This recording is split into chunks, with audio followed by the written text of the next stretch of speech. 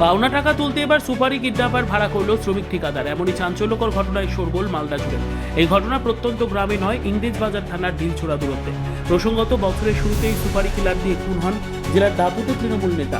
আতঙ্কে পরিবার পুলিশ প্রশাসনের দ্বারস্থ হলেও ব্যবস্থা না হয় অবশেষে পরিবার দ্বারস্থ হয় মালদা জেলা আদালতে। জানা গিয়েছে, অপহৃত ওই দিনমজুর শ্রমিকের নাম নাসিরুল, বাড়ি ইংরেজ বাজারের থানার সাতঘড়িয়ায়। বর্তমানে তিনি মালদা শহরের গয়েশপুর এলাকায় একটি ভাড়া বাড়িতে থাকেন। পরিবারের অভিযোগ, আচমকা সোমবার রাতে দুষ্কৃতীরা দলবল নিয়ে তাদের বাড়িতে ঢুকে। সেই সময় দিনমজুরের স্ত্রীকে মারধর করে শ্লীলতাহানির পর স্বামী নাসিরুলকে অপহরণ করে নিয়ে যায়। অপহৃত শ্রমিকের স্ত্রী জানান, সন্ধ্যা অবধি অপহরণকারীরা সময় দিয়েছেন, টাকা ফেরত না দিলে তার স্বামীকে মেরে ফেলা হবে। এমন অবস্থায় থানায় দ্বারস্থ হওয়ার পরেও কোনো রকম আশ্বাস না পেয়ে অবশেষে মালদহ জেলা আদালতের দ্বারস্থ হয়েছেন তিনি। 11টার সময় ওরা এলো, কারা? ওই যারা কোম্পানির হচ্ছে কন্ট্রাক্টর দুজন এলো।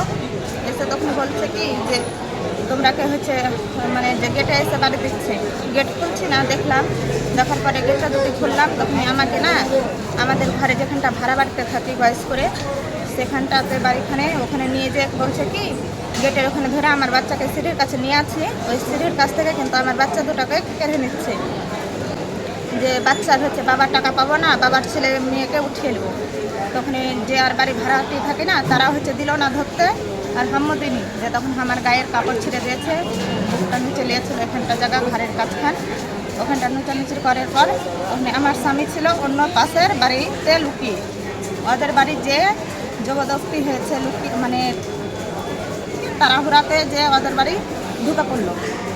স্বামীকে ঘর থেকে বের করে তখন বলছে যে কি করো, ওকে নিয়ে যাবো, ঘাট ধাক্কা দিয়ে ওকে নিয়ে যেছে, বলছে কিডন্যাপ এটা ওটা করবো, আবি যাবি। তখন কইলে যে এই টাকা তোমাকে দিতে হবে, ডেট দাও। তখন বলছি গরিব জনের মানুষ, ডেট দাও। কইলে বলছে ঠিক আছে, ডেট দেওয়া হচ্ছে। দিয়ে তখন ওকে পেয়ে লেছে, যখন বলছে ওকে কিচ্ছু করবো না, তুমি ওকে বের করো ঘর থেকে বের করার পরে, এবার বের করার পরে হচ্ছে ওকে বেরে যখন লেছে, ওর কলার ধরে কিন্তু হাত ধরে দেবে ধরে আছে মিঠুন। কত টাকা পাবে? বলছে 71,000 টাকা। আপনাদের কি টাকা দিয়েছিল? আমরাকে টাকা দেয়নি, টাকা দিয়েছিল ওই মিস্ত্রিকে। ওই লেবার করতে গেছিল দুজনে একসঙ্গে।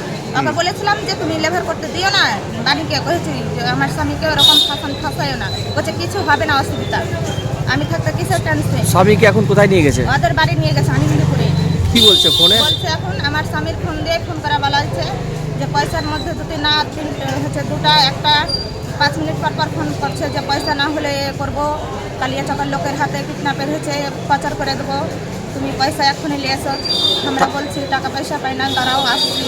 আজকে আমাদের কাছে একটি মামলা এসছে যে ওনারা হচ্ছেন সাতগড়িয়ার বাসিন্দা, কিন্তু স্থানীয় গয়েশপুরে উনি ভাড়া থাকেন।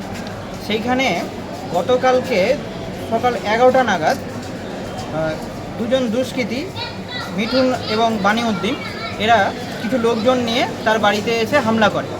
হামলা করার উদ্দেশ্যটা হচ্ছে, তারা বলছে যে এনার স্বামী ডে লেবারের কাজ করেন, ওনাদের সাথে বাইরে কাজে যান। সেখানে ওনার স্বামীকে নাকি তারা 71,000 টাকা দিয়েছিল, কিন্তু ওনার স্বামী এটা ডিনাই করেছে যে না, তার হাতে 71,000 আসেনি।